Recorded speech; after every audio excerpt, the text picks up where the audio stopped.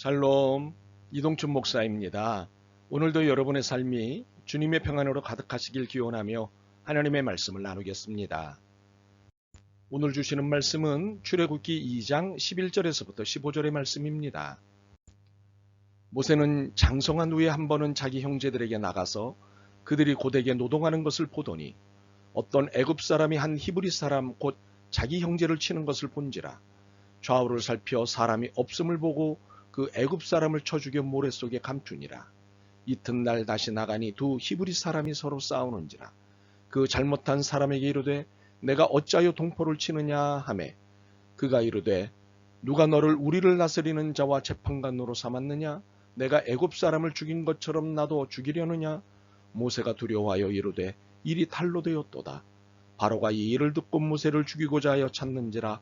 모세가 바로의 낯을 피하여 미디안 땅에 머물며 하루는 우물 곁에 앉았더라. 아멘. 출애굽기 2장 11절로부터 15절 말씀을 본문으로 용서와 화해를 말하는 신앙적 이유라는 제목으로 말씀을 나누도록 하겠습니다. 운전하시는 분들이면 공감이 되는 이야기가 있습니다. 나도 사고 당할 수 있고 나도 사고 낼 수 있다. 운전을 하다 보면 아무리 조심을 해도 사고당할 수 있습니다. 상대가 실수하거나 부주의해서 피해를 볼 수 있습니다. 반면에 안전운전을 해도 사고 낼 수 있습니다. 늘 조심을 하지만 순간 사고를 낼 수 있습니다. 원치 않는 가해자가 되는 것입니다. 이처럼 우리는 인생에서 피해자와 가해자로 살아갑니다. 의도적이든 의도적이지 않든 이것이 인생입니다.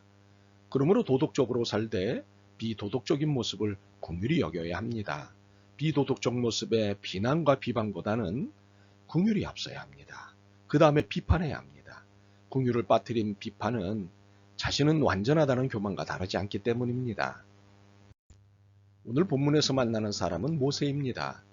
우리는 모세를 통해 이런 이야기에 관련된 우리의 삶을 반추할 수 있습니다. 모세가 애국의 왕자가 된 것은 기적이었고 은혜였습니다. 그러나 모세와 그의 가족들을 제외한 절대 다수의 이스라엘 백성들은 소외감을 느낀 것 같습니다. 물론 이 일의 결론을 알기에 이유가 있는 사건이었다고 이해하게 되지만 그 당시 그 사람들의 입장에서는 배신감과 함께 열등감까지도 느낄 수 있는 사건이었습니다. 그러므로 어떤 의미에서 모세는 동족에게 가해자가 된 셈입니다. 그런데 모세도 피해자였습니다. 사실 모세가 애굽의 왕자가 된 것이 계획적인 것은 아니었습니다. 2살 이하의 이스라엘 사내 아이들을 모두 죽이라는 바로의 명령에 살기 위해 몸부림을 치다 얻은 은혜였을 뿐입니다. 이 은혜가 작동하는 과정에서 가족들은 심장이 터질 것 같은 긴장의 시간을 보내야 했습니다. 동족들과 마찬가지로 피해자였습니다. 그랬던 그가 피해자에서 가해자가 된 셈입니다. 동족에게 배신감, 열등감을 안겨주었다는 측면에서 가해자인 것입니다. 그런데 오늘 본문의 사건에서 모세가 다시 피해자와 가해자의 자리를 오가는 것을 보게 됩니다. 11절과 12절입니다. 모세가 장성한 후에 한 번은 자기 형제들에게 나가서 그들이 고되게 노동하는 것을 보더니 어떤 애굽 사람이 한 히브리 사람, 곧 자기 형제를 치는 것을 본지라. 좌우를 살펴 사람이 없음을 보고 그 애굽 사람을 쳐 죽여 모래 속에 감추니라. 애굽 사람에게 호되게 당하는 동족을 보면서 모세가 느낀 것은 동족애였습니다. 자기도 당하는 심정이었습니다. 같은 피해자라고 느꼈습니다. 그렇기에 자기 형제를 친 자를 죽인 것입니다. 그런데 이 순간 그는 피해자에서 가해자가 됐습니다. 그것도 매우 치밀하고 악랄한 가해자가 되었습니다. 12절을 보시면 좌우를 살펴 사람이 없음을 보고 그 애굽 사람을 쳐 죽여 모래 속에 감추니라. 완전 범죄, 아무도 알아차릴 수 없는 치밀한 범죄를 진행한 것입니다. 심지어 죽은 이의 가족들도 시체를 찾을 수 없도록 범죄를 꾀한 것입니다. 이것은 인권의 입장에서 극악한 행위입니다. 죽은 이에게는 물론 그의 가족들에게 모세는 너무도 악랄한 짓을 한 것입니다. 그는 극단의 피해자에서 극악의 가해자가 된 것입니다. 여기서 죽임을 당한 애굽인은 악한 가해자에서 극단의 피해자가 된 셈입니다. 두 사람은 가해자에서 피해자로 피해자에서 가해자로 각각의 입장을 산 것입니다. 이렇게 보면 참으로 인생은 영원한 피해자도 영원한 가해자도 없다 싶습니다. 피해자와 가해자의 입장은 언제든지 바뀔 수 있기 때문입니다. 이런 일이 바로 모세에게 일어났습니다. 13절로부터 15절입니다.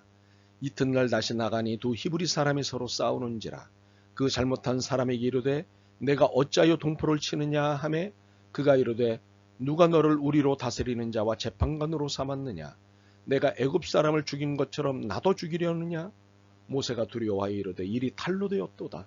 바로가 이 일을 듣고 모세를 죽이고자 하여 찾는지라 모세가 바로의 낯을 피하여 미디안 땅에 머물며 하루는 우물 곁에 앉았더라. 다시 모세는 가해자에서 피해자가 되었습니다. 완전 범죄를 시도했지만 실패했고 모세의 살해 소문이 돌았고 결국에는 바로가 알게 되었습니다.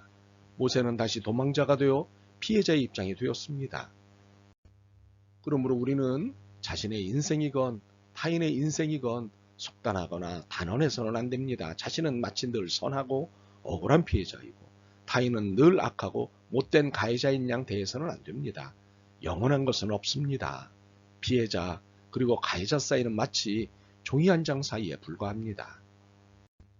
그러므로 우리는 서로에게 긍휼해야 합니다. 우리 안에는 본성상 선과 악이 공존하고 있기 때문입니다. 우리는 이 사실을 바울이 쓴 로마서를 통해 충분히 인지할 수 있습니다. 그리고 주님께서 가르쳐 주신 기도문에서도 확인할 수 있습니다. 마태복음 6장 12절과 13절입니다. 우리가 우리에게 죄 지은 자를 사하여 준 것 같이 우리 죄를 사하여 주시옵고 우리를 시험에 들게 하지 마시옵고 다만 악에서 구하시옵소서. 우리가 누군가에게 용서를 받은 일이 있다면 언젠가는 우리도 누군가에게 용서를 필요할 때가 있습니다. 늘 피해자로만 사는 것이 아니라 가해자로도 살게 되기 때문입니다. 그러므로 지금의 피해 입었음을 억울해하지 않길 바랍니다. 나도 누군가에게 억울함을 준 적이 있지 않겠습니까? 그러니 억울해하지만 마시기 바랍니다. 그리고 누구든 억울하게 하지 않기를 바랍니다. 원수를 갚겠다고 하지 말기를 바랍니다. 비난하고 비방하지 않길 바랍니다. 그를 억울하게 하는 순간 그는 피해자가 되고 나는 가해자가 되기 때문입니다. 인생은 피해자와 가해자 사이를 돌고 돕니다. 이것은 인간이 불완전한 상태에 있다는 사실을 말해주는 것이기도 합니다. 그러므로 이것이 우리가 하나님을 찾는 이유가 될 수밖에 없습니다. 참으로 하나님의 도우심을 절실히 필요로 하는 이유입니다. 그리고 이것이 용서와 화해와 사랑을 말하는 이유입니다. 이제 우리에게 필요한 것은 억울해하지 않는 마음입니다. 그리고 억울하게 하지 않겠다는 다짐입니다. 이것이 그리스도의 사랑이고 화평입니다. 아멘. 주님, 정의롭게 살기 위해 애썼습니다. 무엇이 옳고 그른지 시비를 가르기 위해 지혜와 지식을 찾았습니다. 그런데 긍휼이 없었습니다. 마치 하나님을 대신하려 했고 언제나 피해자 의식만을 가졌던 저희들을 긍휼히 여기시옵소서.